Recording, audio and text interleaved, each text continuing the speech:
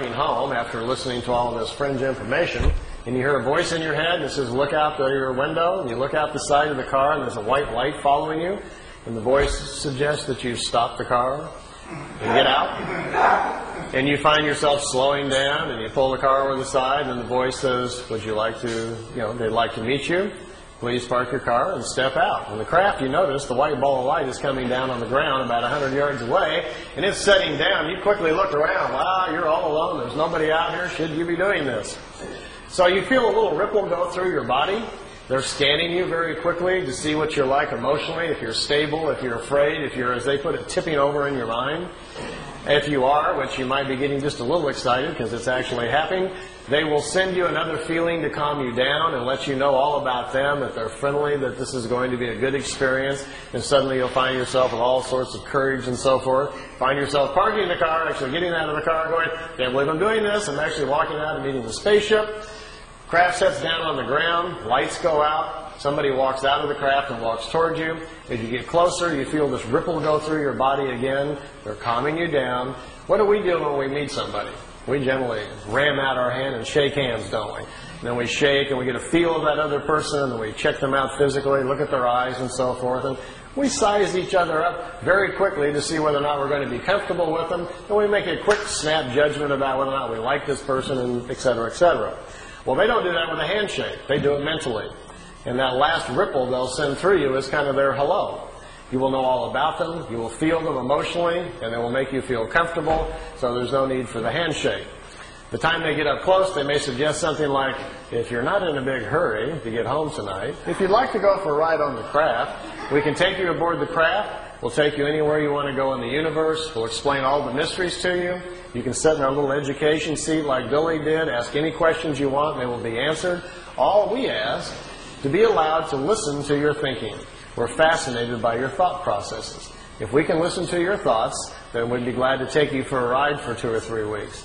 Now, if you agree to that, which most of you probably would, after asking them if they could block out a few thoughts that you don't want them to listen to, they say, come on aboard. You find yourself going aboard the craft. Notice if it happens to be a ship like this with the unusual edges on it, this is their more advanced ship, and it's capable of moving in time. The older ones can't do that. So your questions this way can be a lot more complicated. You might want to go back in time and watch the pyramids being built, or see if Moses really parted the Red Sea, or did the crucifixion really happen, or whatever historically might interest you. You could possibly ask these questions, and perhaps they would take you back and let you see for yourself. Well, they'd probably take you out there for 3 weeks. You have all these magnificent experiences. You can go to other planets, see other worlds, see other societies. Maybe even go back in time and watch yourself being born, or visit yourself when you were alive 300 years ago. You can do some rather amazing things if they would let you do them. Then they bring you back. You may notice on your chronograph watch that 3 weeks has gone by. But by now you have an understanding of time because they've educated about it. And you're not surprised if they bring you back the same moment that you left Earth time. Then you get out of the ship and walk back over to your car, and your car engine's still warm. No time has passed on Earth, and you've been gone for 3 weeks. Now, you get in your car and drive home. What's the first thing you're going to do? You're going to get on the phone and call us, aren't you? You're going to call somebody. You won't believe what happened on the way home from the shift meeting tonight. I've been out here. I've seen this. I've gone here. I've seen all these amazing things. And what are we going to say? Oh, yeah, sure. All that happened right on the way home, right? You got any proof? You haven't been gone, 20 minutes. So we're not going to believe a word that you say. If you're lucky, maybe they allowed you to bring back some samples of some kind, rocks or something from another world. Maybe you brought back some food things we don't understand. Billy has a peach tree in front of the house he brought back from another planet. When visitors come over there, they go eat a peach just to see if it tastes different. He has some unusual vegetables in his garden. On the desk in his office, he has crystals and rocks and stones that he brought back from another planet. Nothing that, too exotic that really twists your mind too much, but just kind of different than what you're used to seeing. If you were real fortunate and had a camera with you, you might be able to take some pictures of some other places. That would be kind of fascinating to have a look at. So these kind of experiences don't happen too often, but if they do, and that's the ship that you see, make sure your questions are big. Because we want to know all about it, don't we? This is where we live. This is an artist's drawing of the Milky Way. If you flew in a craft up above the galaxy, notice out here there's a little yellow box on the bottom left there. That's where we live. That's where Earth is. By the way, the Pleiades are only 400 light years away, which means if we got in our Honda and set the speed to 1 light year speed, if we were traveling at the speed of light, it would take theoretically 400 light years for us to get to the Pleiades.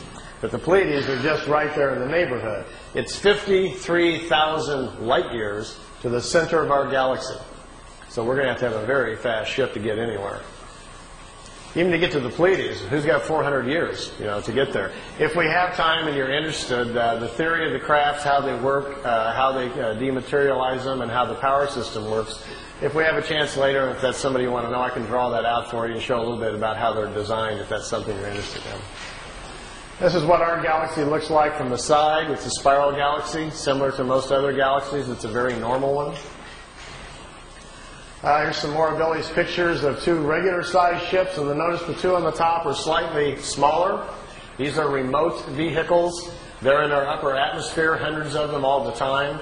When you talk to people that claim that they're having visions or ideas, or they think they're psychically connecting with the Pleiadians or the Arcturians or something like that, in most cases it's with these little remote discs.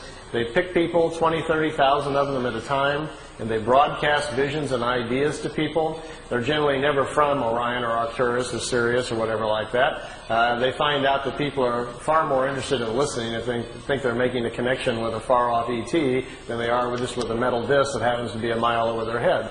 So understanding our mental capacities, these little remote discs fly around the planet quite oftenly, sending out their ideas and visions you pick up in sleep and listening to your thought patterns.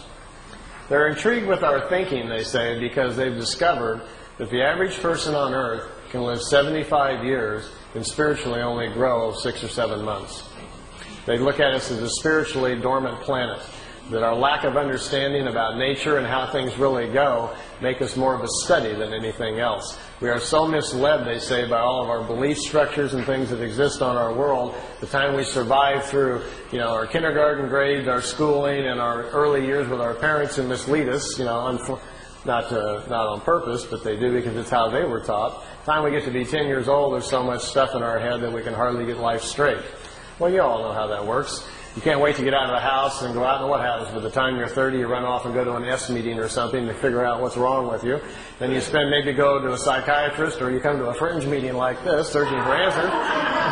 We're all trying to figure it out, aren't we? And usually about the time you get to about 40 or so, you kind of getting a handle on everything and figuring life out. By the time you're 50, you got it nailed, but then, you're going downhill, and gee, you wish you'd have known all this when you were 18. So our problem is we just need to live a lot longer, don't we? If you did have a craft at your disposal and they picked you up, you might want to go visit some of the other planets. Here, Billy took a picture out the window. Right here is the top of a disc right in front of him, and there's another one up here. There was 3 craft. They took him to Venus, let him take a few pictures. They took him up to Mars, let him see that. They took him up to Jupiter, let him see the red spot, and brought him back. It took 2 hours and 35 minutes for the trip. Here's another picture out the window.